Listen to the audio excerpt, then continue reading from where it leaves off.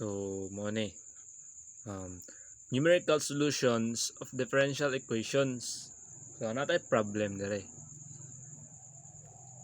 A small town has a population PT that grows according to the differential equation. dP over dt is equals to 0.1p, where PT is the population at time t in years. The initial population of t is equals to 0 is 1000. Solve this problem using both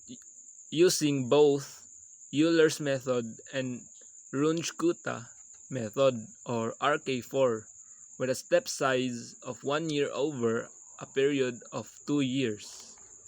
So, atong unahon ang method ni Euler.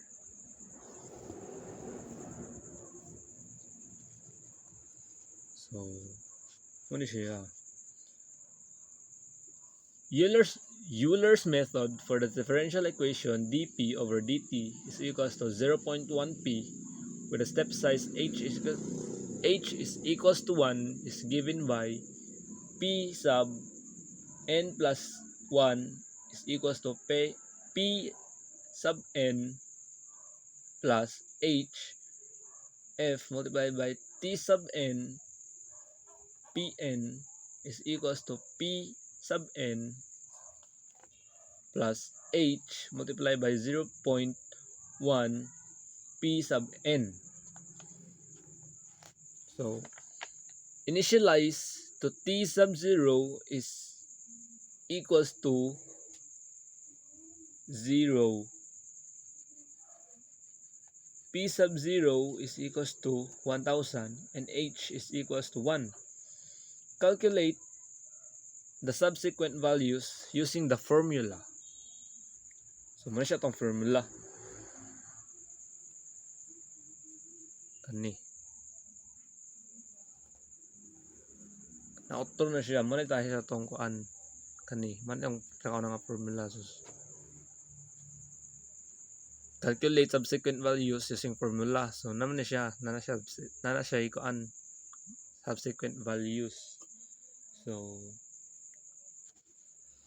calculate the population for 2 years. So, pagsugod ta sa year 1. So, year 1 is year 1. So, P sub 1 is equals to 1.1P sub 0 is equals to 1.1 times 1000 is equals to 1100. So, year 2 is P sub 2 is equals to 1.1P sub 1 equals to 1.1 times 1100 is equals to 1210. So, mo na siya ang population for 2 years gamit ang Euler's method. So, ang next ato nga method gamiton is ang Runge-Kutta method, or RK4. So, RK4 method for the differential equation dP over dt is equals to 0.1p with a step size h is equals to 1 is given by k sub 1 is equals to h multiplied by f t sub n p sub n, and k sub 2 is equals to h multiplied by f t sub 1 plus h over 2 p sub n plus k sub 1 over 2, and k is equals to h multiplied by f t sub n plus h over 2 p sub n plus k sub 2 is over 2, and k sub 4 8 is equals to h is multiplied by f t sub n plus h p sub n plus k sub 3. Then p sub n plus 1 is equals to p sub n plus 1 over 6 times k sub 1 plus 2 k sub 2 plus k sub 3 plus k sub 4. So, ato na siyang i-calculate.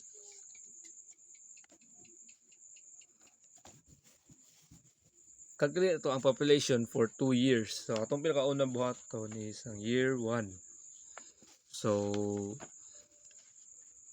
k sub 1 is equals to 0.1 times 1,000 is 100.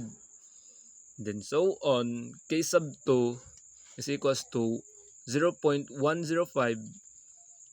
times 1,000 is equals to 105.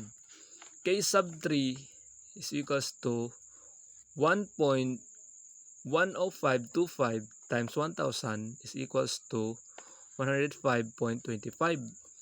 Then k sub 4 is equals to 0.110525 times 1,000 is equals to 110.525.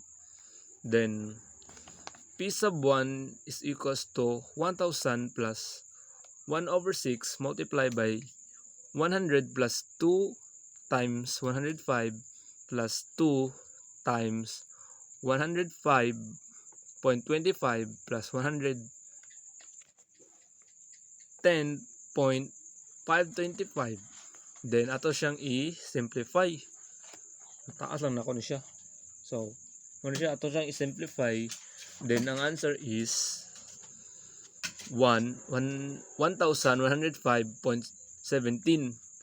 Muna siya ang answer sa year 1. Kani. So, moving on sa year 2, kani. Muna ni ang year 2. Kani siya. Muna siya ang year 2. The same pamaagi sa siya sa year 1. So, k sub 1 is equals to 1.1 times 1,105.17 is equals to 110.517, and k sub 2 is equals to 0.105 times 1,110.17 is equals to 116.043.